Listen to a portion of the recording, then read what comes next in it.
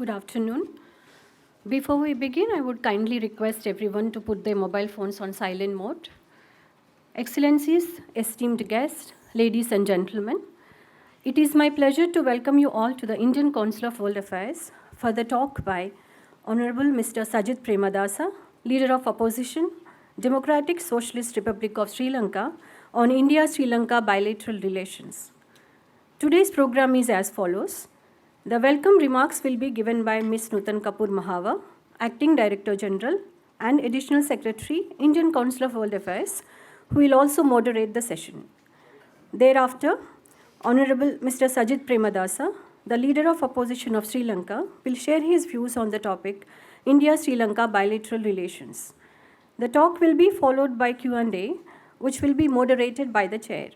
With this, may I now invite Ms. Nutan Kapoor Mahawar, Acting Director General ICWA, to deliver her welcome remarks and conduct the proceedings. Thank you.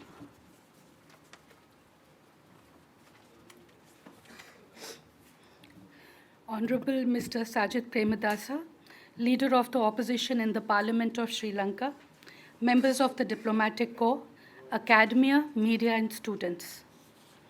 I have often wondered why Sri Lanka is so important for India. This pearl of the Indian Ocean has been, after all, following us for eons since geographical India parted ways from Africa and moved northwards as a result of plate tectonics. This epic journey together is further cemented by the umbilical cord of the Adams Bridge connecting India to Sri Lanka, despite the constantly changing sea levels surrounding it. Apart from the plate tectonics, it is the spiritual connect that binds the people of India and Sri Lanka together, and which we were just talking about with His Excellency in the room just now. The Gulf of Mannar, across which the Adams Bridge or Ram Setu is located, derives its name from Lord Vishnu. There is a certain sacred geography that defines the Indian subcontinent, stretching from Kailash Mansarovar in Tibet to the Ramayana sites and Shankari Devi Shaktipeeth in Sri Lanka, or relevant to the Buddhist period, from Lumbini in Nepal to Anuradhapura in Sri Lanka. This sacred geography predates cartographic divisions of the Indian subcontinent by several millennia. Third, and importantly, we look like each other, which adds to the comfort level in dealing with each other. This, of course, is rooted in historical migration and mobility patterns between the two countries over several millennia. Fourth, our turbulent colonial past binds us together, having been a playground of European powers hostile to each other and battling it out on our lands. Our shared history has shaped the similarity of our approaches to domestic development, to external relations, and our worldview, and our quest for multicultural ideals and interfaith harmony. Moving to contemporary contexts, Sri Lanka is an integral part of India's neighborhood first policy and Vision Mahasagar, its maritime vision for stability, security, and shared prosperity. It is now incumbent upon us to navigate, alone and together, the geopolitical shifts currently underway in a manner that serves the interests of our people and of the subcontinent. Primary among these is enhancing human security, which is a key challenge facing the world today. Sri Lanka has seen several ups and downs at the turn of the new millennium. Not only has it been through a devastating civil war, it has also been witness to terror attacks, political assassinations, societal divisions, a devastating tsunami, and near economic collapse. In all this, India has stood by Sri Lanka through thick and thin. The present dispensation in Sri Lanka is attempting to confront deep-rooted economic and political challenges. It also faces a major test of its commitment to post-war accountability and reconciliation. The role of the opposition in Sri Lanka in all this is extremely important and significant to say the least. I can think of two important agenda items for a renewed India-Sri Lanka partnership. One, all-encompassing connectivity, not only physical but also digital, energy, maritime, transport and communications, people to people, which will help pave the way for strong integrative linkages. Two, greater convergence in security outlooks, as seen in enhanced defense and security cooperation and maritime cooperation at the bilateral and regional level through cooperation such as in maritime domain awareness and disaster relief and maritime domain awareness between coast guards, military to military exercises and other engagements, as well as cooperation in HADR, humanitarian assistance, and disaster relief, and non-traditional threats to security, such as IUU fishing, piracy and armed robbery at sea, oil spills, etc. I am sure our foreign officers are working with each other in this regard. Friends, with this backdrop, it is my pleasure to welcome His Excellency Mr. Sajith Premadasa, current opposition leader of the Parliament of Sri Lanka and the leader of the main opposition party, Samagi Jana Balavagaya, to ICWA, India's oldest and leading foreign policy think tank. Mr. Premadasa entered the Parliament for the first time in 2000. He has served as the Minister of Health and Housing in the governments of Sri Lanka's United National Party. He is seen as a people-friendly political leader and has worked extensively at the grassroots level on initiatives dealing with areas such as poverty alleviation, Model Villages program, and Shelter for All. He has also worked for the modernization of Sri Lanka's construction industry and on renovation of historical sites like the Buddhist stupas. May I now invite His Excellency Mr. Sajith Premadasa to deliver his talk on India-Sri Lanka bilateral relations. Your Excellency, we are eagerly looking forward to listen to you, and the floor is yours.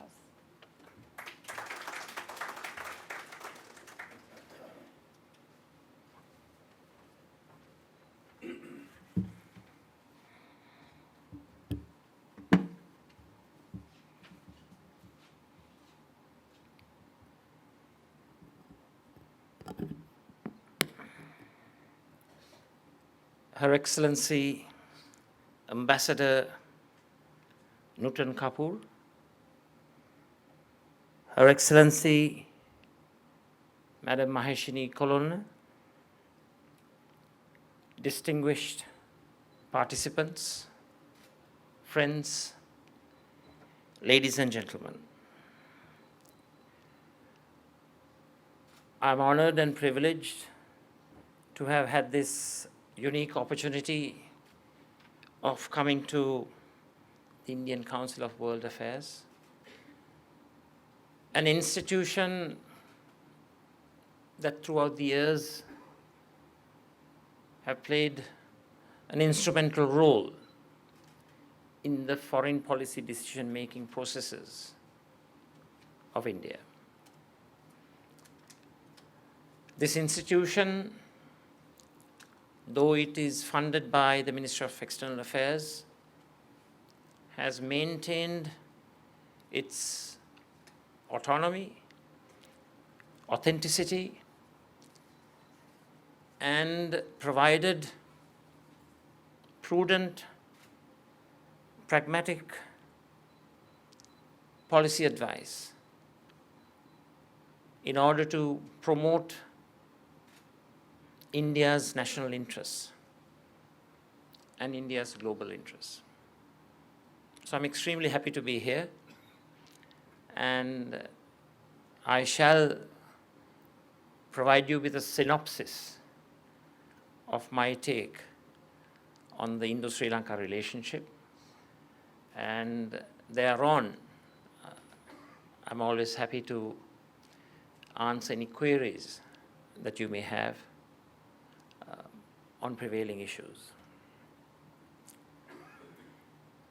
It is our sincere belief that Sri Lanka-Indian relationship should be seen as an opportunity and not as a threat. It's an opportunity to attain mutual benefit, to attain prosperity, an opportunity to establish connectivities at all levels that accrue competitive advantages and competitive advantages on both our countries. At a time when Sri Lanka is facing a plethora of challenges that are economic, social, political, cultural, religious, it is indispensable that our relationship with India functions in a manner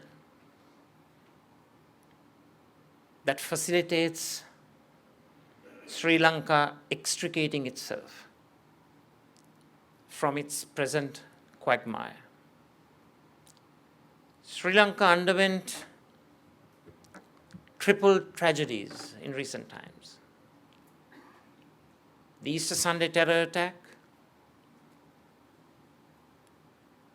the Corona COVID health disaster, and bankruptcy due to ill-advised economic policies. These triple tragedies have led to immense suffering, stress, and created new levels of poverty, which approaches approximately 40% of our population. They suffer from consumption poverty, savings poverty, investment poverty, poverty in all its facets. At a time when Sri Lanka is facing these enormous challenges, the Indo-Sri Lanka relationship should be devoid of parochial thinking. We need to think anew, and we need to think afar. Our relationship should be results-based, evidence-based. Ensure that both our nation states are able to work together. Work together in the technology arena, work in combination in the investment field, work together on championing and promoting South-South cooperation, promotion of green energy, have a combined effort to have integrated poverty alleviation programs, an issue that is facing both our nation states. Ensure once again that the micro, small and medium-sized enterprises and businesses are rejuvenated and reinvigorated so that they become engines of economic growth.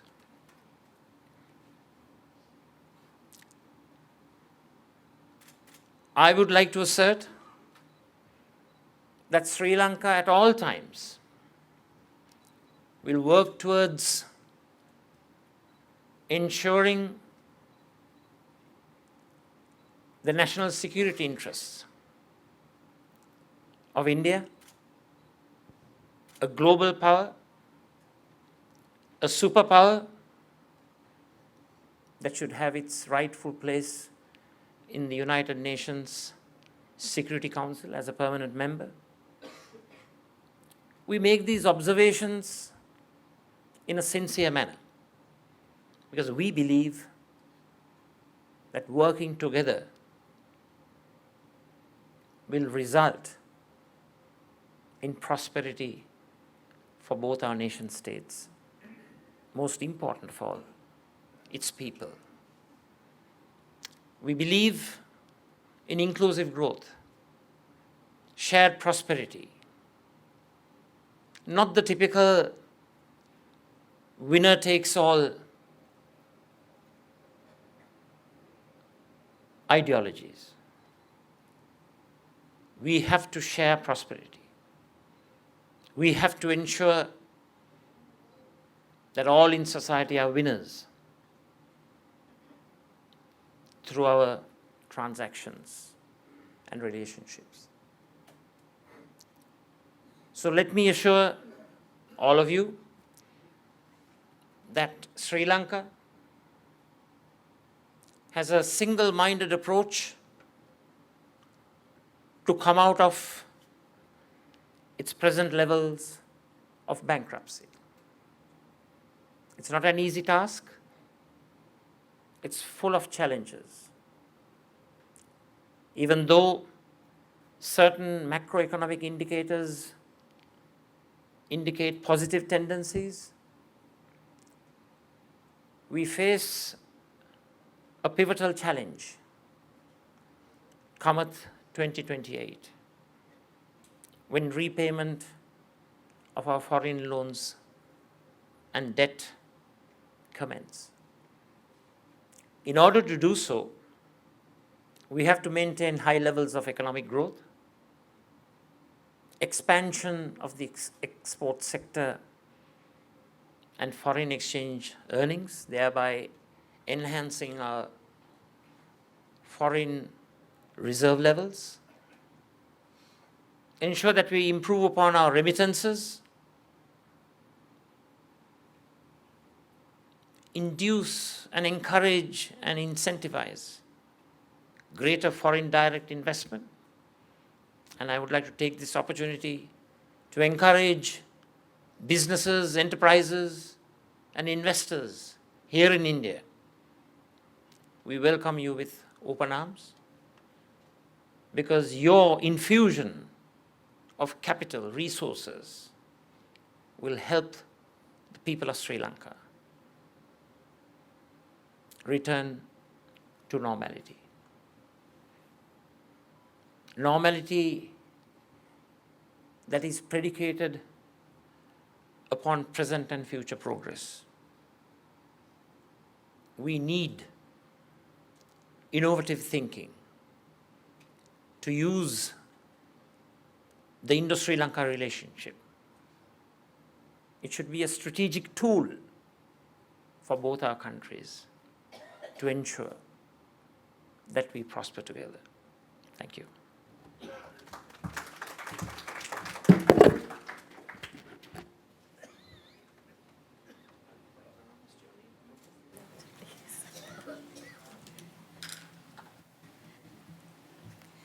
So, thank you, Your Excellency, for your remarks, which have provided us with insights regarding your views on the indispensability of the India-Sri Lanka bilateral relationship, on taking it further forward, on further strengthening it in these very challenging times for Sri Lanka, and also in global geopolitics. So, friends, Mr. Premadasa told me that he wanted this session to be more interactive, so he has very kindly agreed to take questions from the audience. Please introduce yourself before asking the question, identify yourself, and keep your questions brief, so that we can make it more participatory and encourage more participation. So I now open the floor for questions. Yes, first, the lady here, yeah? We'll take 3 questions in a go, and then you can answer 3 questions at one time, and then we take another round. Good evening. This is Seema Guha from Outlook Magazine. I wanted to ask you about the 13th Amendment. Whatever is happening to that, has it just fallen by the wayside? And what is happening in these areas of the provincial council elections and all that? Second, Yeshi. This is Yeshi Seli from Business India. I'd like to know how do you compare Sri Lanka's relationship with India vis-a-vis China? That has been a talking point for very long. Ambassador Sajanhar.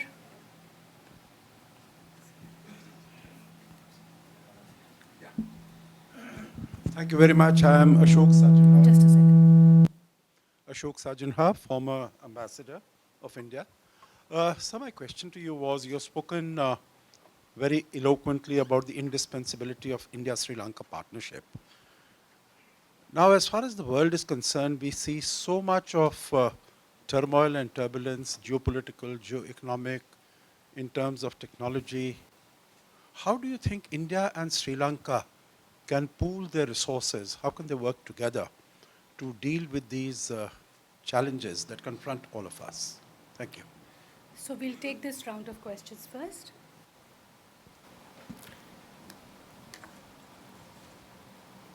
I will strive to be precise and succinct in my answers. We fervently believe in the full implementation of the 13th Amendment.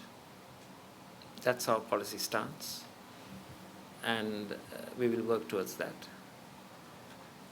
Provincial council elections need to be held, and it is incumbent upon the present administration to do so. It's an integral part of a functioning democracy. We have had 3 elections: the presidential, the parliamentary, and the local elections. And we are all ready to face up to the provincial elections, and those should be held. That would mean empowering the disempowered. Disempowered for several years because of the non-holding of the elections. Indo-Sri Lanka relationship in times of turmoil. Certainly we have to understand we live in a, you better reduce the volume, no? Feedback.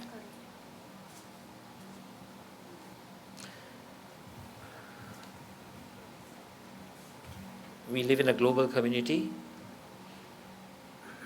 where interdependence is very much apparent. We have, throughout the decades, moved from bipolarity to multipolarity. As such, it is important that both our countries thrive and prosper through growth, equitable growth, progressive policies, policies that ensure that there is a higher standard of living for the people, that there is poverty alleviation, that there is export-led growth. There's a great necessity for diversification of export destinations. That is a must for Sri Lanka. There's a tendency throughout the years that we have put all of our eggs into few baskets. So diversification in the export sector is the order of the day. And look at the 3 main sectors which support GDP: agriculture, services, and the industrial sector.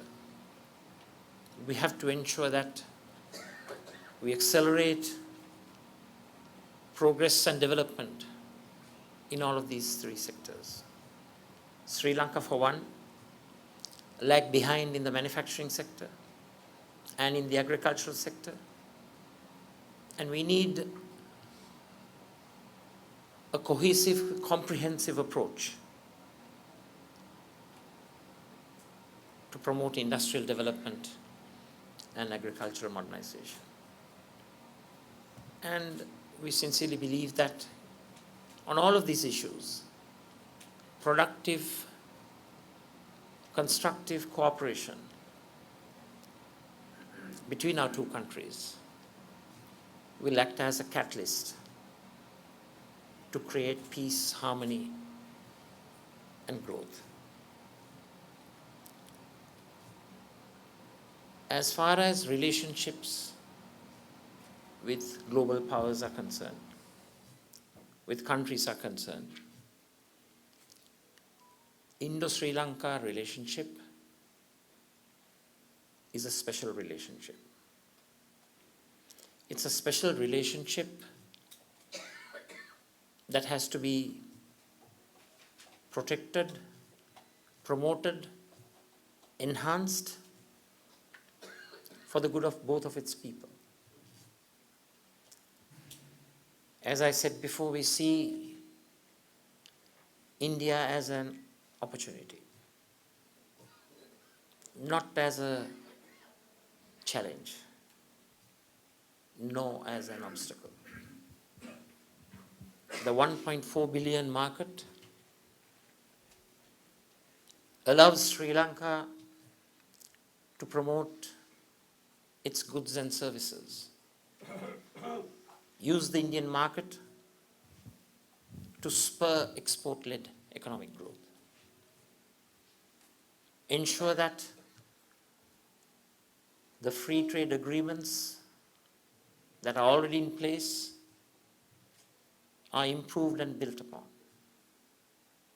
in a manner that benefits both countries. It cannot be a one-way street. It has to be two-way. It has to protect competitive advantages and competitive advantages to both our nation states. So the Indo-Sri Lanka relationship is, by its true meaning, a special relationship. We as a country have to work with all. We need to work with all of the global powers, work towards promoting peace, reconciliation, amity, friendship. We believe in peace building. We don't believe in warmongering. Peace is essential and indispensable for global prosperity and for the prosperity of our two nations. So, while maintaining our special relationship with India, we will work with all. We'll respect all of the nation states in the global community. And through our transactions, we will ensure that the people of our countries, their rights, not just human and civic rights, rights in terms of the broad interpretation, rights that encompasses the civic and political rights, and also the economic, social, cultural, and religious rights, and other rights, as espoused by ICCPR and ECOSOC. So I have a very pragmatic and realistic view of world affairs. Pragmatism and realism dictates that you be pragmatic, realistic, rational in decision making. And such decision making has to be meticulous, not ad hoc, not mere knee-jerk reactions. Decision making that provide positive policy resultants. And our relationship with India will continue to prosper And we will also work with all other countries to ensure that those relationships also accrue positive benefits to the people. Should we take the second round? So, General Mehta, and then Ambassador Yogendra Kumar. Then maybe someone from this side. Okay, you last, the lady in the last, okay? Did you say General Mehta? Oh, sorry. No. Sorry. Am I?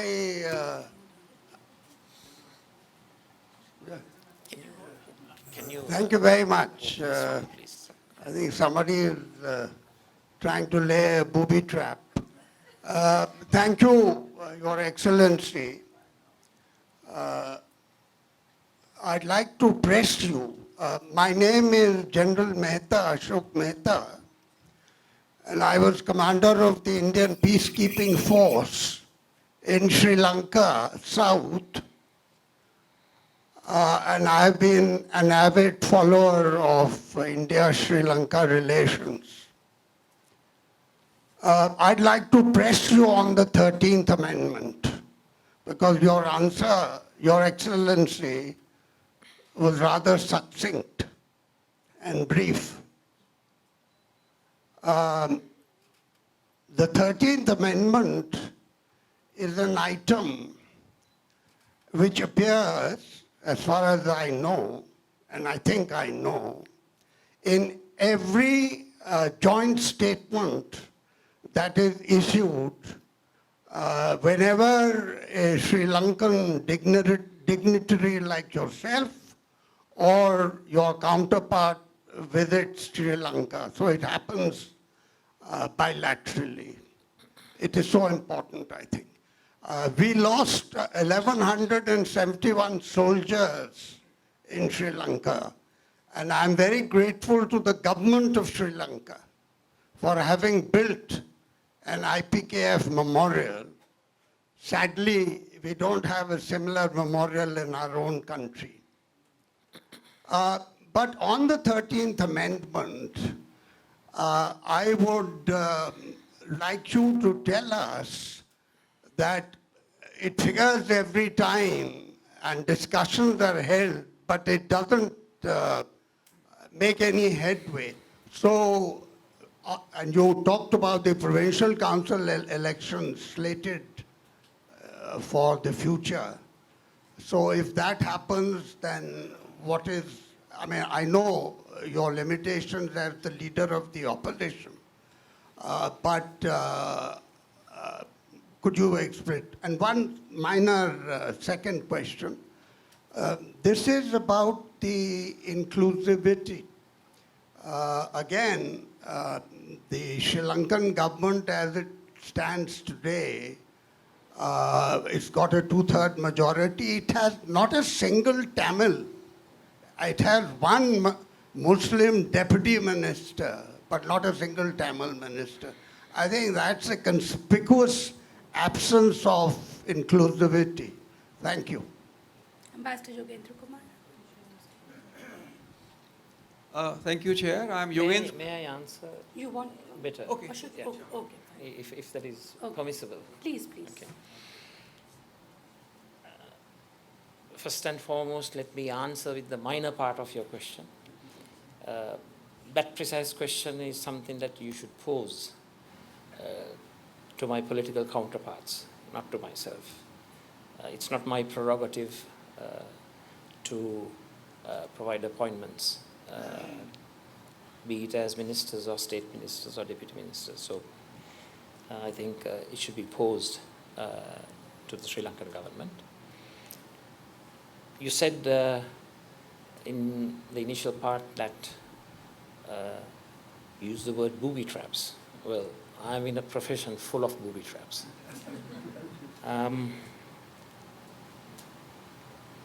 I was brief and succinct, not for anything else, because I'm sure about my answer. I want to be precise. I didn't want to go on a voyage to create confusion uncertainty, shower you with a lot of fancy words. I was precise. I believe I was cogent. What is needed is you need to walk the talk. You mentioned about the fact that after many meetings, successive meetings, announcements are made, declarations are made, and so on and so forth. All I can say is I have not signed up to those, because if I sign up to those, we will make sure that they don't confine themselves to mere declarations. There'll certainly be action. So, as far as policy is concerned, there is no divergence between declaratory policy and action policy as far as we are concerned. We would act. So as far as 13th Amendment is concerned, it's time to walk the talk. Ambassador Brown. Thank you, Chair. I'm Yogendra Kumar, former ambassador. Sir, Can you reduce in the your volumes? It's feedback and I'll speak aloud. थोड़ा सा mic कम करो वहाँ से पीछे से. Just turn it down, then it will be more It's precise. echoing. कम करो. I'm Yogendra Kumar, former ambassador. Sir, first of all, compliments, and it's a very good talk that you gave. You referred to the current crisis today and traced them to three sort of events which took place in Sri Lanka. One was the terror attack, and the other one was the COVID crisis, and then the economic. I wonder if you'll agree with me that I think the last thing that you mentioned that really in a way covers the previous two crisis situations.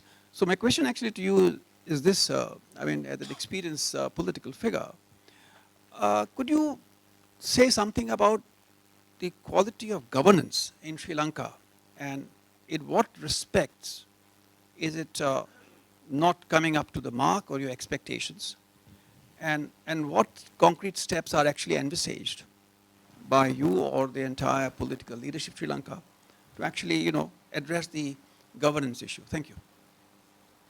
Lady in the last. Afterwards. Next round. Hello, Excellency. This is Vishu from ANI. I have a question regarding the fishermen issue that is a long-standing and a sensitive one between the two countries. What, according to, is a viable solution for the issue, and how the two countries can work together? How two countries can work together to attain a sustainable solution to this issue, sir? May I answer?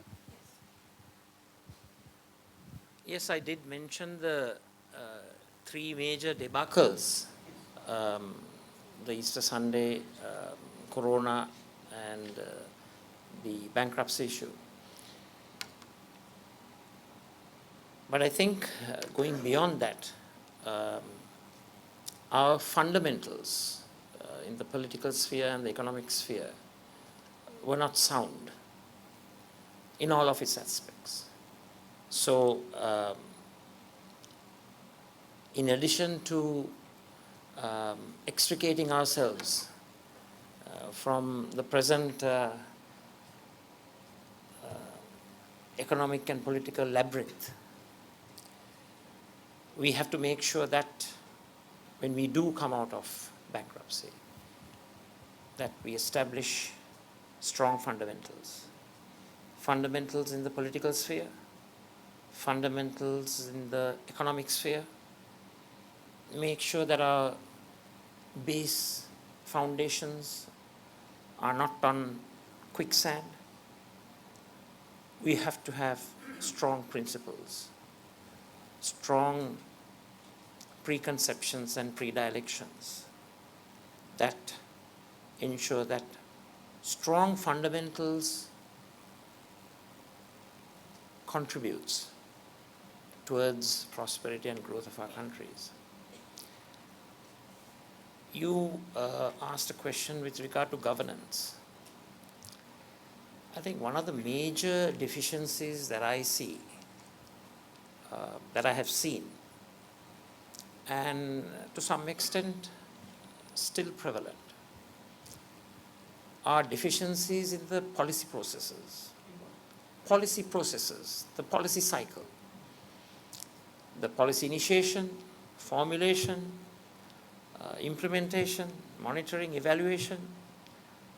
By and large, I have observed in most spheres knee-jerk reactions, ad hoc decision making that is not based on evidence, science, substance, fact. That's very important. No matter what you do, if we don't get the policy processes and the fundamentals corrected and revised, you will keep on making and committing the same mistakes. And at the end of the day, you will be part and parcel of a persistent and continuous vicious cycle. A vicious cycle that pushes Sri Lanka down to the precipice. The fishing issue, I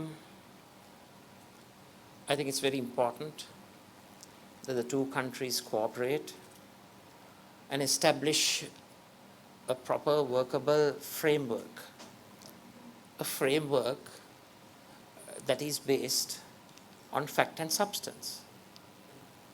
There are international laws, rules and regulations, UNCLOS 1, UNCLOS 2 in terms of law of the sea, continental shelf, high seas, there are laws. We need to abide by those legal prescriptions. It's very important that we do that and ensure that illegal, unregulated, unreported fishing, which is considered illegal, which is considered the exception and not the norm. Those rules and regimes have to be followed. We do understand that this involves livelihoods, this involves income to the households, but we have to ensure that all of those income generation methods stand the test of law. But of course, it's very important, rather than working without a framework as it is right now, we need to have a permanent workable framework to resolve these disputes between our two countries based on international law. Okay, now we'll go for the next round. The boy in pink first, then yourself, madam, and then you. You can start first.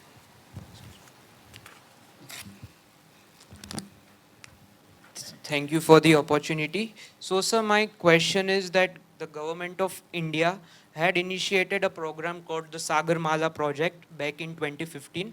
And in the project too, Sri Lanka is deeply involved as well, and it has potential to do more. So, sir, my question is, and also the Sagarmala project was discussed at length by Sri Lanka's ex-Chief of Naval Staff, Admiral Pereira as well in the recently ended IPRD 2025. So, sir, my question is, sir, how do you see the Sagarmala project in the context of Colombo-New Delhi partnership, given that there is a heightened need to secure our maritime resilience due to the tensions in the Indo-Pacific? Thank you. This is about development of ports, port-led development. So, ma'am, yeah. You want me to Professor Neena De Gupta, Vice President of the World Council of Comparative Education. I've been observing that 1960s had first youth unrest, and this South Asia has been the region of extremely vociferous youth unrest in 2020s. So I was wondering whether you are thinking to keep youth as a sixth column, of representing uh, the depressive state that they are going through and the agony that they are going through. Because I tell you this, I was at the University of Peradeniya, and there was Professor Sunetra Koranaratre, who I asked her, I said, please come to India when you're having such a lot of unrest there, and you're not able to buy anything, you're not able to travel anywhere. So she said, Nina, I cannot come to India now because my students are on the streets. They're protesting for a change in government.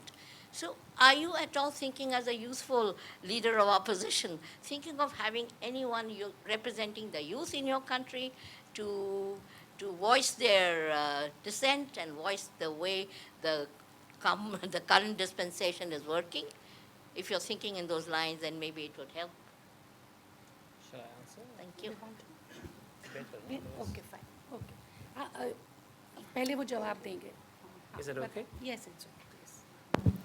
So I must thank you and congratulate you from the bottom of my heart, because you consider myself being 58 years old as being youthful. Thank you. As far as youth unrest is concerned, if I may talk about that issue from a Sri Lankan perspective, there have been occasions where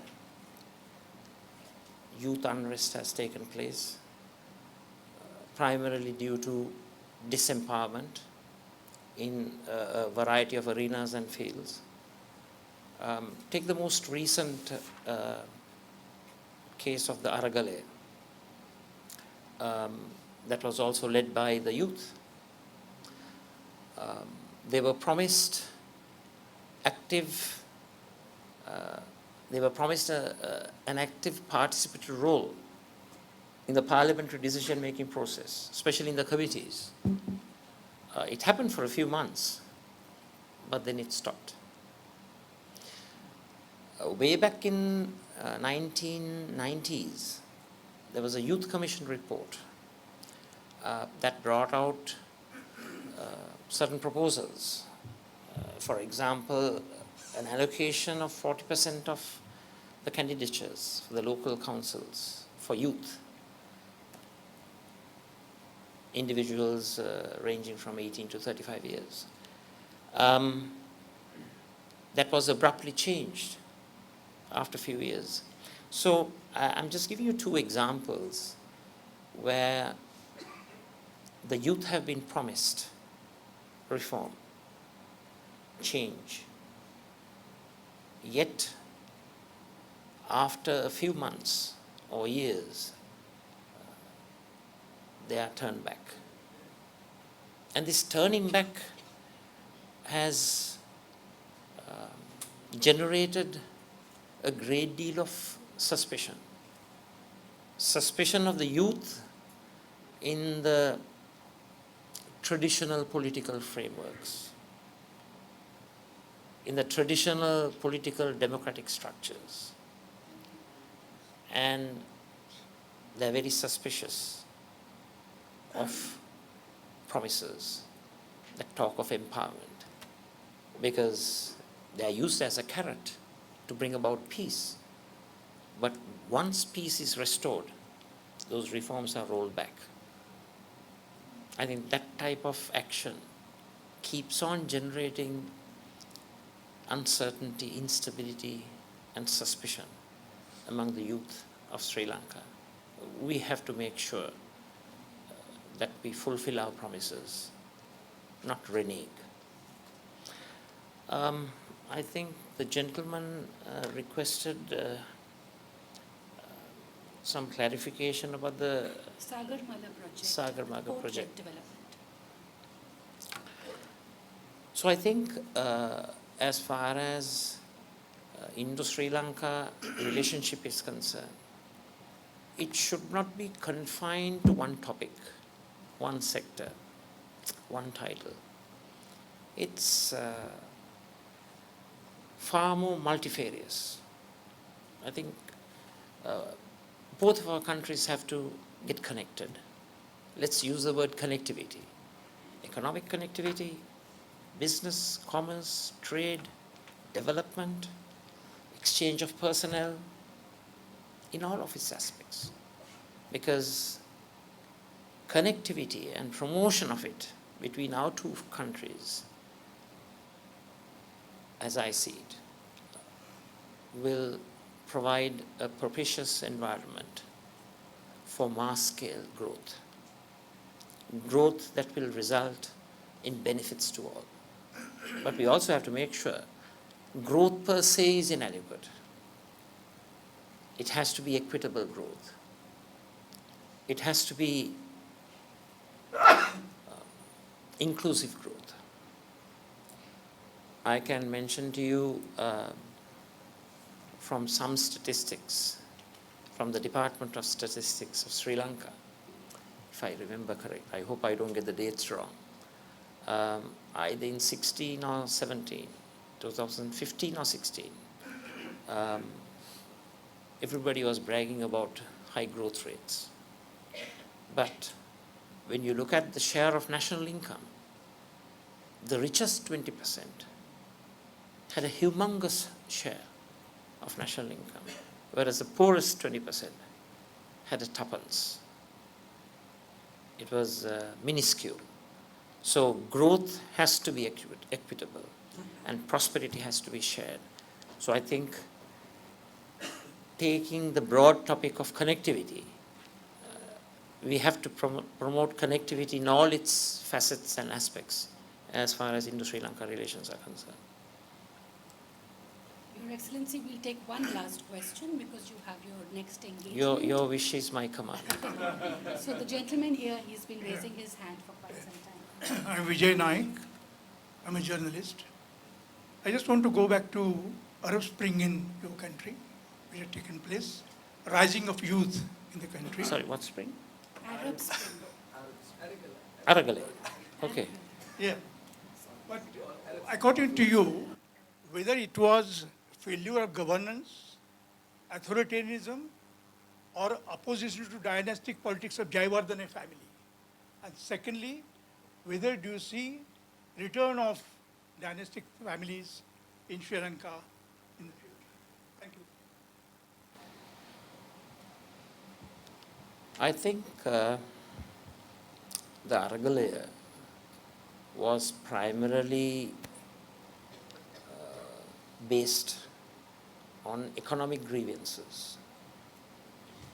If one had adequate fuel at affordable prices, if one had adequate amounts of gas, food items at affordable prices, it's very hard to say that there would have been an Aragalaya. You wouldn't have had the huge queues, the shortages that resulted in those queues. And that was the precipitative reason for the anarchical situation, for the chaos that was created. Having said that, once again I would say that Sri Lanka has to initiate and promote fundamental change. Fundamental change that upholds the rights of the individual. Fundamental change that designs ladders of progress based on meritocracy, not aristocracy or family bandism. We need to create a merit-based society, a merit-based system, and such structures will be greatly beneficial to the present and future generations of our country. Thank you, Your Excellency. With that, we come to the end of our question and answer round. I'm grateful to you for agreeing to interact with our audience, Your Excellency, and for sharing with us your views on a range of issues from the domestic politics of Sri Lanka to the economic situation, and also on how to further strengthen India-Sri Lanka bilateral ties. With that, I would like to now hand over to my colleague, Dr. Sabda. On behalf of ICWA, I would like to take this opportunity to thank Honorable Mr. Sajith Premadasa, Leader of Opposition of Sri Lanka, for sharing his valuable views on the theme India-Sri Lanka bilateral relations. I also take this opportunity to thank the audience for their valuable participation. I invite you all to join us for high tea in the foyer. Thank you.